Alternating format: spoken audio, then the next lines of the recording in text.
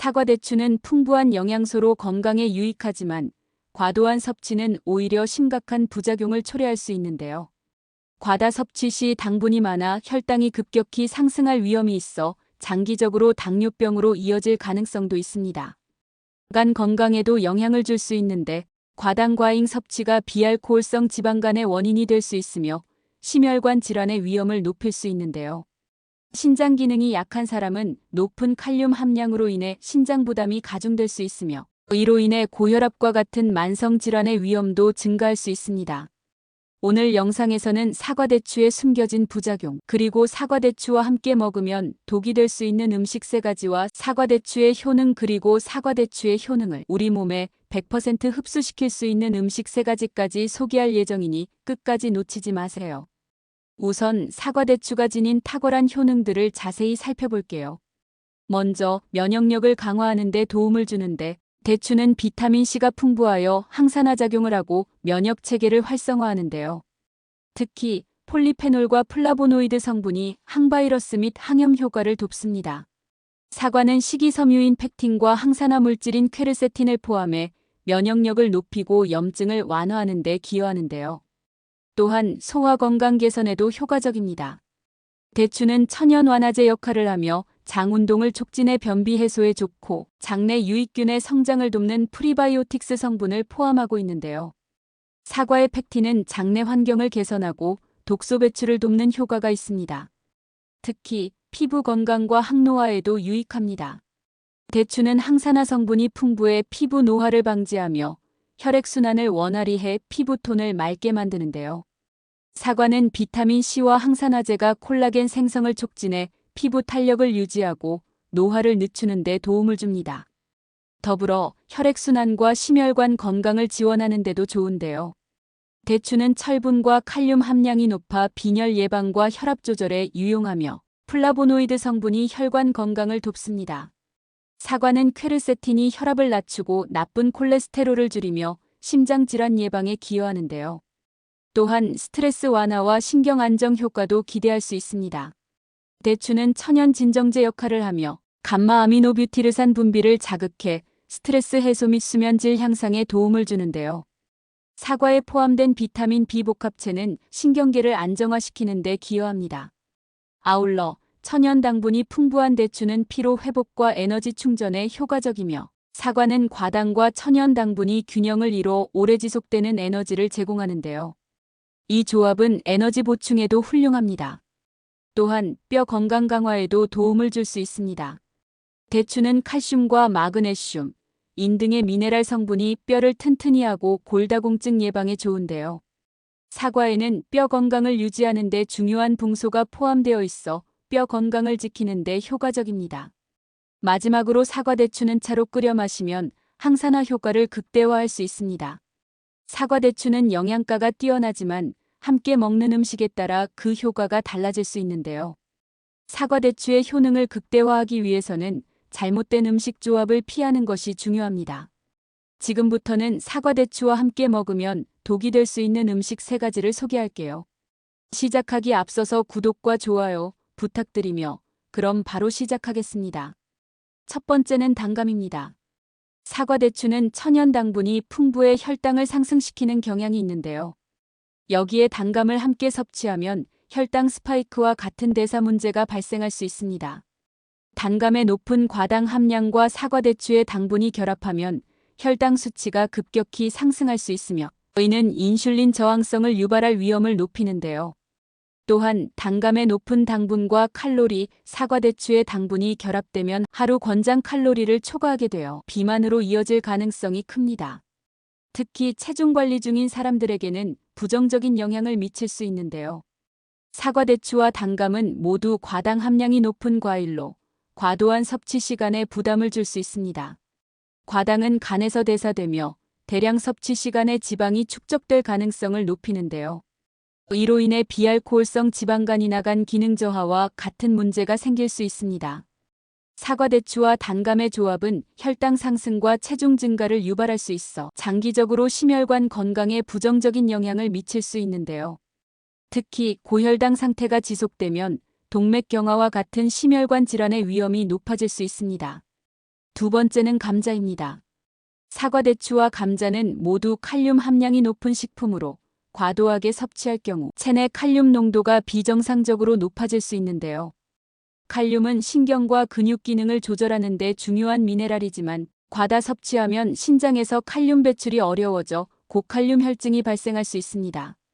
특히 신장 질환이 있거나 신장 기능이 저하된 사람들에게는 이러한 상태가 매우 위험할 수 있는데요. 고칼륨 혈증이 발생하면 심장 부정맥과 같은 심각한 증상이 나타날 수 있습니다. 이는 심장 박동이 불규칙해지는 상태로 심한 경우 생명을 위협할 수도 있는데요.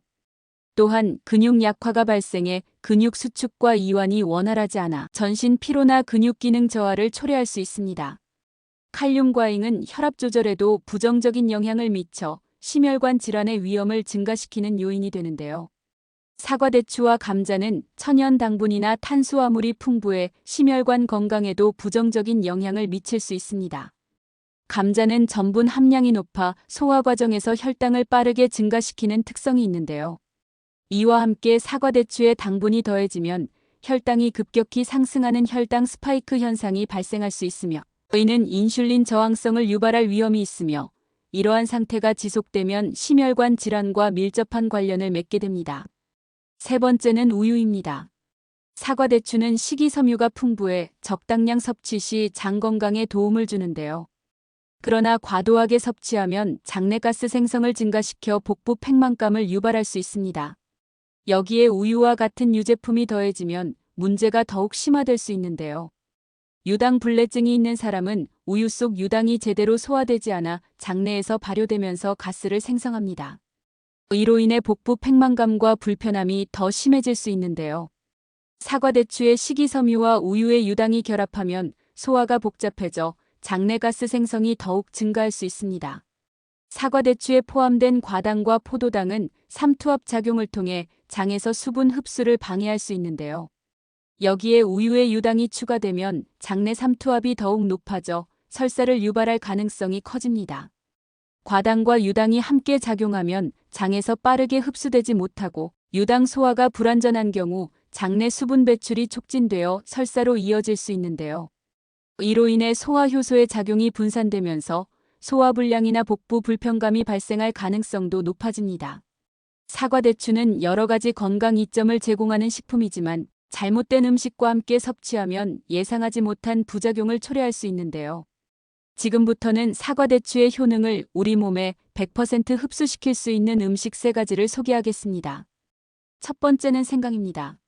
사과, 대추는 비타민 C와 항산화 물질이 풍부하여 체내 면역 체계를 강화하고 감염 예방에 도움을 주는데요.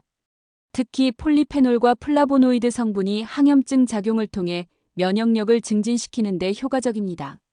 생강은 생강올과 진저롤이라는 활성 화합물을 포함하고 있어 강력한 항염 및 항산화 효과를 발휘하며 면역세포의 활성을 높여 감기와 독감 예방에 기여하는데요.